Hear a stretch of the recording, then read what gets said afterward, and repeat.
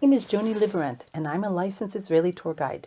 We're standing here at a place called Yodfat, located in the central Lower Galil. When we think of the great revolt that culminated in the destruction of the Second Temple by Yed Sheni, we picture Yerushalayim, the Kotel, or the massive boulders that are still in situ from when the Romans threw them over while destroying the Beit HaMikdash. But I wanted to bring you here, to Yodfat, the place where the first major confrontation with the Romans began. This was the beginning and basically the end. It happened in the year 67. The final battle was in Masada in 73. This battle preceded that battle by 6 years, and yet it was just as heroic, just as brave, and just as deserving as a place in our annals and history. A minute of history. The Romans conquered Judea in the year 63 BCE. At first, things weren't horrific. Judaism had a preferred religious status, which meant that although the Jews had to pay high taxes, religious worship continued as normal. As the many decades passed, this status reversed. In fact, the Romans looked down at the Jews with disdain. They were superior, with a well-developed theology with numerous gods, whereas Jews only had one god. Troubles began. The Romans stole from the temple and wanted to place their deities inside the Beit HaMikdash. Life under the Romans became insufferable, and winds of the revolt were in the air. In the year 66, a spontaneous revolt occurred in Caesarea, with the Jews actually winning. A few more successful battles, and even the more moderate Jews were moved to the side of the Zealots to rebel. The Jews knew that Rome wouldn't take this sitting down, so they began their offensive. Yosef ben Matityahu, later known as Josephus, was put in charge of the Galil and the Golan. Josephus fortified 19 cities. You can see here the remains of one of those walls. Looking downwards, there is a deep ravine on 3 sides of Yodfat. The north side is not so steep, and that is where the bulk of the defensive work occurred. The Romans, for their part, also made preparations to crush the rebellion. They placed Vespasian and his son Titus, or Titus, in charge, who brought 60,000 soldiers to this country.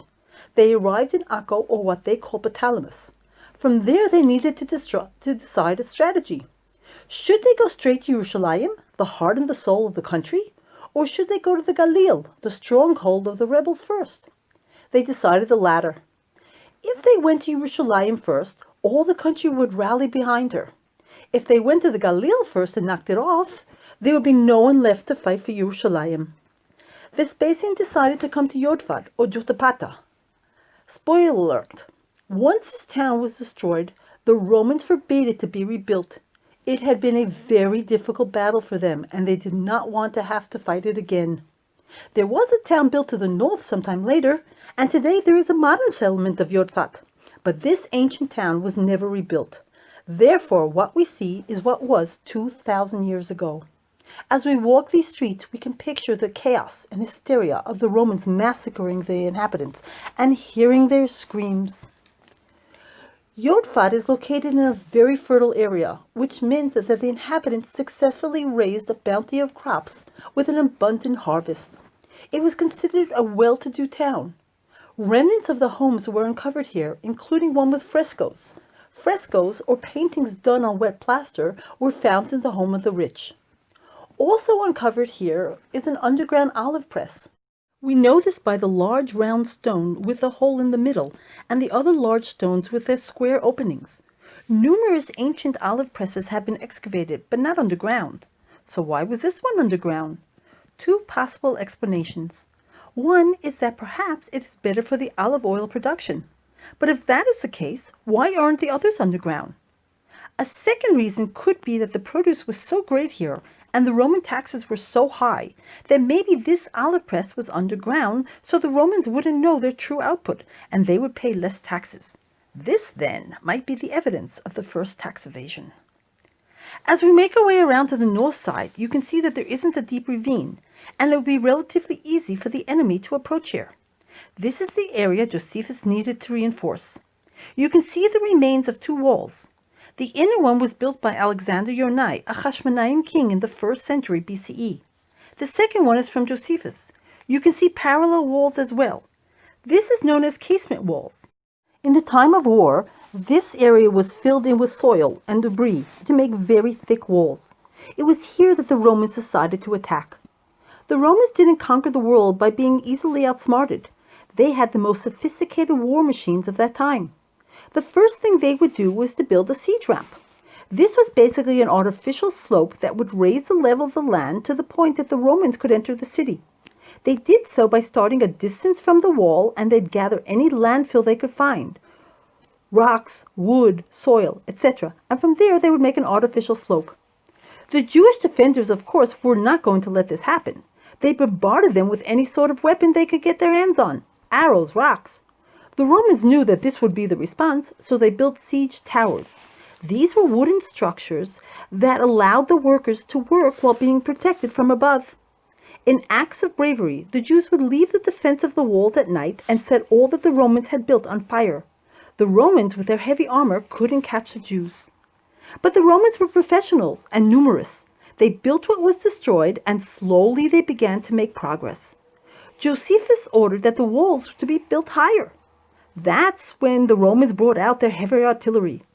They brought out the ballista and catapults, which could shoot large stones and numerous arrows at the same time.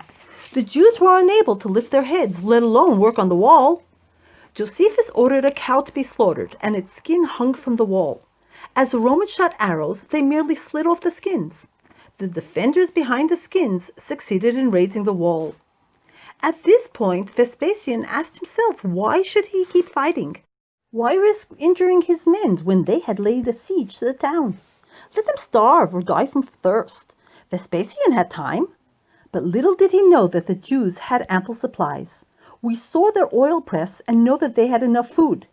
If any supply was missing, the Romans didn't know it, but there was an escape passage through the gully on the western side. They also had an ample supply of water. As there were no springs at the top of the mountain, the townspeople had built huge cisterns. But Josephus took no chances. He knew that although there was quite an adequate supply of water, should they run out, there would be no way to replace it. There is only rain between the months of October to April. Now, with the hot month of July, when the battle took place, no new rain would fall for months. So just to be sure, Josephus rationed the water from the start. The Romans saw this and they were optimistic. The Jews, knowing that there was plenty of water, became discouraged. Psychologically, the second you can't have something, you want it. They said better to die in battle than to wait for death from thirst or starvation. Josephus realized his plan was backfiring. He ordered his men to take a huge supply of water and spill it over the walls. This wastage would prove to both sides that there was plenty of water. The Romans saw that their only recourse was to continue the battle, and so they continued with their siege ramp. With all the harassment the Jews were doing, the ramp was still making slow progress. Josephus realized defeat was just a matter of time. He decided to escape. When the Jews heard of this, they begged him, implored, wept, anything to get him to stay. He claimed that if he got out, he would organize another force to attack the Romans from the outside and relieve some of the pressure off of them. But they refused. They felt that they were doomed if he left. Josephus had to stay. At this point, realizing that there was nothing to lose, the Jews left the walls and gave it their all, destroying whatever they could. Vespasian commented that he felt that he was the one under siege. It was therefore time to bring out the heavy hitter, the battering ram. Basically, the battering ram is a long log suspended from a machine, allowing it to move back and forth. In the front was iron in the shape of a ram's head, hence the name. The soldiers would bring the log as far back as it went, and then, in unison, they'd heave the log at the defensive wall. After a while, the wall would cave in. Josephus knew the wall wouldn't hold if this continued. He ordered his men to fill sacks of wheat. Just as the ram was about to hit the wall, the defenders lowered the sacks to soften the blow. There was no way the Romans would allow sacks of wheat to render their mighty battering ram ineffective. They took long poles with hooks attached. When the wheat bags were lowered, the Romans cut them open with hooks, allowing the ram to bash the wall once more. Josephus then had his soldiers light torches, race out from the walls at night, and light all the Roman machines ablaze. It was hot, dry July at this time. Everything was dry and very flammable. The machines were set ablaze immediately. All these tactics slowed the Romans down, but they were not the world's conquerors for nothing. They rebuilt, and the ram was operational again. At this point there must be mention of several very brave individuals. Eleazar ben Sami took a huge boulder, threw it at the ram's head, knocking it off.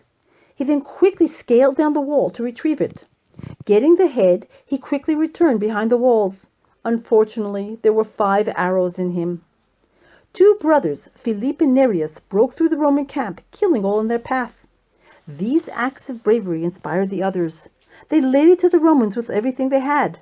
One arrow even hit Vespasian. Nothing serious, just a leg wound. But this was enough to infuriate him. When his soldiers heard, they were enraged. They retaliated, and last the wall was breached. The siege ramp was finally high enough for the gangplank to be lowered.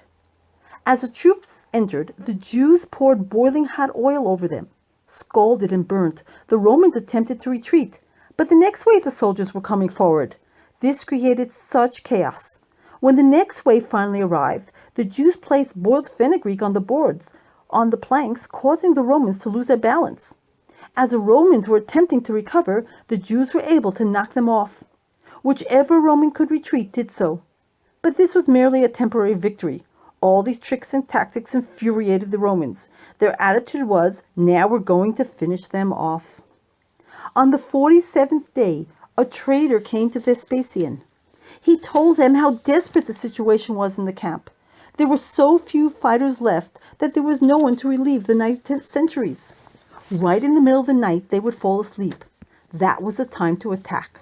And sure enough, the army snuck into camp, killing the sentries. A heavy mist had descended on the town, providing cover for the attackers. By the time the defenders had awoken, the town had been overtaken. The Romans, having been attacked for 47 days, showed no mercy. Men, women, and children were savagely attacked. Those who could be of use were chained to be sent off as slaves. There were many caves and cisterns in this town. Many took to hiding in them.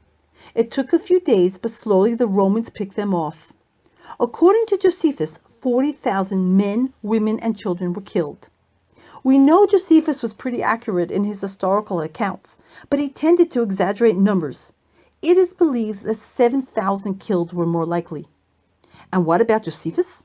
He had taken a group of 40 in total and hid in a cave whose opening was concealed from above. Josephus believed he could have held out if not for a woman, a traitor, who divulged his hiding spot. His men decided that it was preferable to die free men than at the hands of the victors. So they chose lots, and one killed the next until only 2 were left. Somehow Josephus was one of them, and he convinced his comrade to change course and surrender. The Romans were dying to get their hands on Josephus. Half of the Romans wanted to kill him, but half actually admired him. Josephus was presented to Vespasian and hailed him as a Caesar. Vespasian assumed he was merely using a ploy to save his neck, but Josephus convinced him that he truly had prophetic powers. Vespasian decided he would keep Josephus around as his personal slave to see what happens. Vespasian was from the Flavian dynasty, and that is how Yosef ben Mattatyahu became Josephus Flavius. Many took him to be a traitor. He eventually was freed and became a Roman citizen and historian. It is his writings that gave us the source of the history of the 1st century CE and the account of this battle. Although his numbers are inaccurate, archaeology has proven the accuracy of his accounts. A cave with 40 skeletons was found. Near it we have a sign with a traditional morning prayer. The bodies of the defenders had been left where they had been killed. It was not for some time that the Jews were permitted to come and give them a proper burial. From here, Vespasian went on to rout the other cities in the Galilee until there was no one left to defend Jerusalem. One of the fighters had stated, "It is a glorious thing to win renown at the cost of one's life, and by some splendid deed to make oneself remembered for future generations." So we hope that these brave fighters will be remembered for their sacrifice for their homeland. This battle should share its place among the battles of the courageous, the valiant, the warriors in the time of the Second Temple.